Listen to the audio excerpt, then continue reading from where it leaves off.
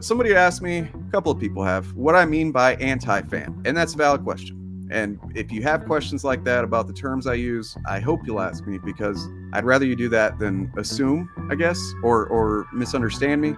So what do I mean by an anti-fan as opposed to a fan?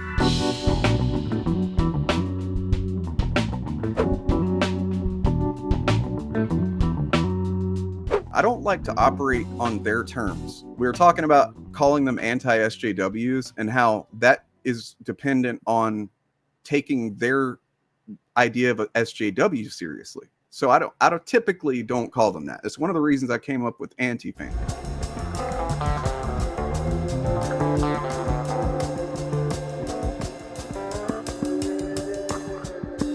It's one of the reasons I use Chud so often, because by calling them an anti-SJW, it's lending credence to what they think is a negative thing as SJW or whatever. And then they get to define that term, and I'm already operating on the back foot because I've accepted that. So a fan is someone who engages with media, whether it's sports, manga, comics, TV. There's lots of different things you can be a fan of. A celebrity, that's a weird one to me. In a passionate, enthusiastic, generally healthy, balanced, nuanced way. Fans are often critical of the media they consume, but the criticism is in good faith, sincere, and does not criticize through a broad, vague, always negative, cynical, or deceptive lens, unlike the anti-fan. So example here under ambassadors versus gatekeepers is fans foster community, inclusion, diverse perspectives, and often embrace new fans. They respect different opinions within the fandom, provided said opinions are not bad faith, dishonest, or exclusionary of others. Fans are ambassadors of the fandoms to which they belong and do not create arbitrary barriers of criteria to limit entry for new fans. That all makes sense? Absolutely. Distilled it to its essence. That's what I love about these. By the way, this is my wording, but I did operate from a couple of different definitions, kind of reworded with my own angle a bit. But I didn't want to just make up a whole cloth definition of fan. So there is Wikipedia and some dictionary stuff in there. Anti-fans are insular, do not prioritize diverse perspectives, almost never give nuanced or good faith criticisms, and typically will not tolerate opinions they see as supportive of wokeness. Anti-fans are gatekeepers of the media they engage with, prioritizing a sense of entitlement and ownership over growth and inclusivity. So that's where the ambassadors, not gatekeepers thing comes from as well. So what is an anti-fan? They engage with media enthusiastically, like a fan. So that's why they're not just non-fans, right? If you're, I'm a non-fan of manga, right? I'm not into it. Nothing against it. I'm happy if you do, you like it. Even though I've said this before and I still get a couple of comments I think you shouldn't say that. Dude, I'm not saying anything negative about it. I'm making a neutral statement. A non-fan of that. I'm a non-fan of sports generally. I'll watch some basketball sometimes or whatever, but generally I couldn't give a shit. I'm a non-fan. But you get what I'm saying. They engage with this stuff. They talk about it. They leech off of it in the algorithm. They pollute the fandom discourse. The fact that we even have to discuss this stuff is evidence of that. And they prevent what fans tend to do. Let's use an example that'll work better in the algorithm. Lord of the Rings, Rings of Power. They added some black folks and some non-white people, right? Yeah. And that is partly because it's the right thing to do. And it's partly because there's a lot of different colored people across the world. And this show is a global show that they're trying to make back their $1 billion+ that they're investing in it, which is a capitalist move, So by being inclusive, they, diversify the types of people that are represented on screen, which makes people, that maybe weren't into Lord of the Rings before, just because it's all a bunch of white folks. I don't know. They don't see, people like to see themselves represented, right? It's just a fact. Yep. Look at Eric July and Isom, right? Clearly, he has realized the importance of representation in comics, right? Otherwise, he would have created, Isom would be a white dude. Eric July knows that representation is important.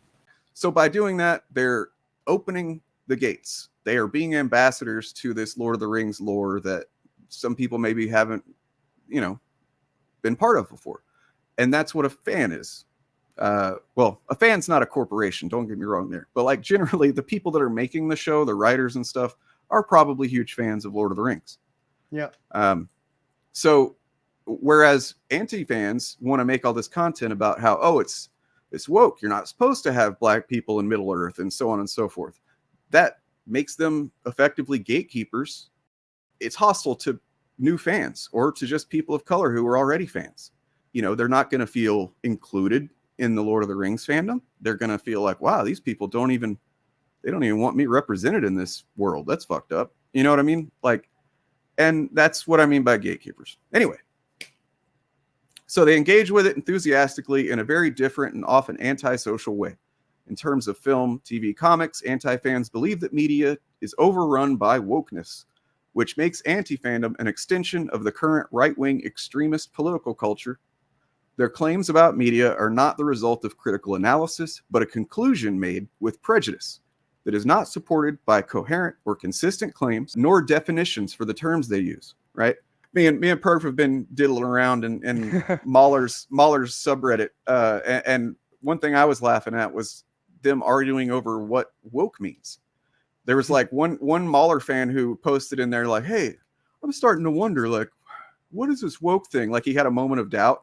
And then all of the other Mahler fans showed up to try and explain to him what woke means. And then they were disagreeing with each other. Like they were, Oh, no. It's fucking magical. I was like, yeah. So that's what I mean by they don't use consistent terms. They believe myths like get woke, go broke, and SJW woke pandering is ruining film, TV, comics, etc., even when confronted with objective evidence to the contrary. Woke, SJW, bad writing, and other terms are used as thought-terminating cliches for their criticism and framed as objective observations. But when pressed, they typically reveal themselves to be making extremely subjective claims, informed by an overly cynical, superficial, and often bigoted set of nebulous criteria. The anti-fan communities online are the result of YouTube and Facebook's algorithms being based on sensationalist, outrage-baiting content and the concurrent rise of right-wing extremist ideology in the 2010s and beyond. Over time, this effectively acts as a form of brainwashing, keeping the anti-fan in an algorithmic echo chamber where their claims and views are repeated ad nauseum. And then I was kind of a dick here. Maybe I won't include this in the final version, but the Dunning-Kruger effect also applies, which means they're super confident in their opinions and what they think, but they're super not informed in what they think. It's when your confidence outweighs your understanding of a thing that you're talking about.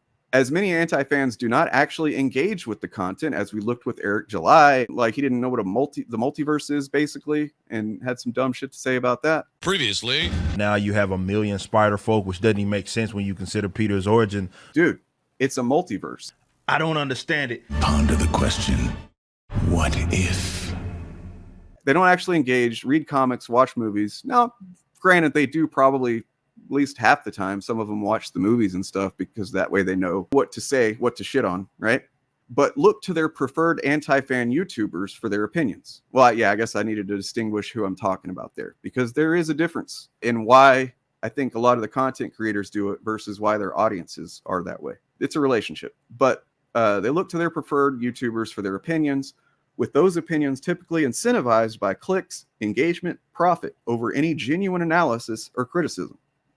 So that is what an anti-fan is to me. Does anybody have any objections to any of that? I'm not being an asshole asking that. I genuinely want your input, your feedback. Like if there's something you guys feel isn't clear or just is unfair or whatever, please let me know, whether it's in this chat here or email. Perp? I got nothing. Like I said, you've distilled it to its very essence. Very clear, very concise. I love it. I even learned some new stuff in there. I don't remember what it was, but I will be rereading that. I will be saving that image.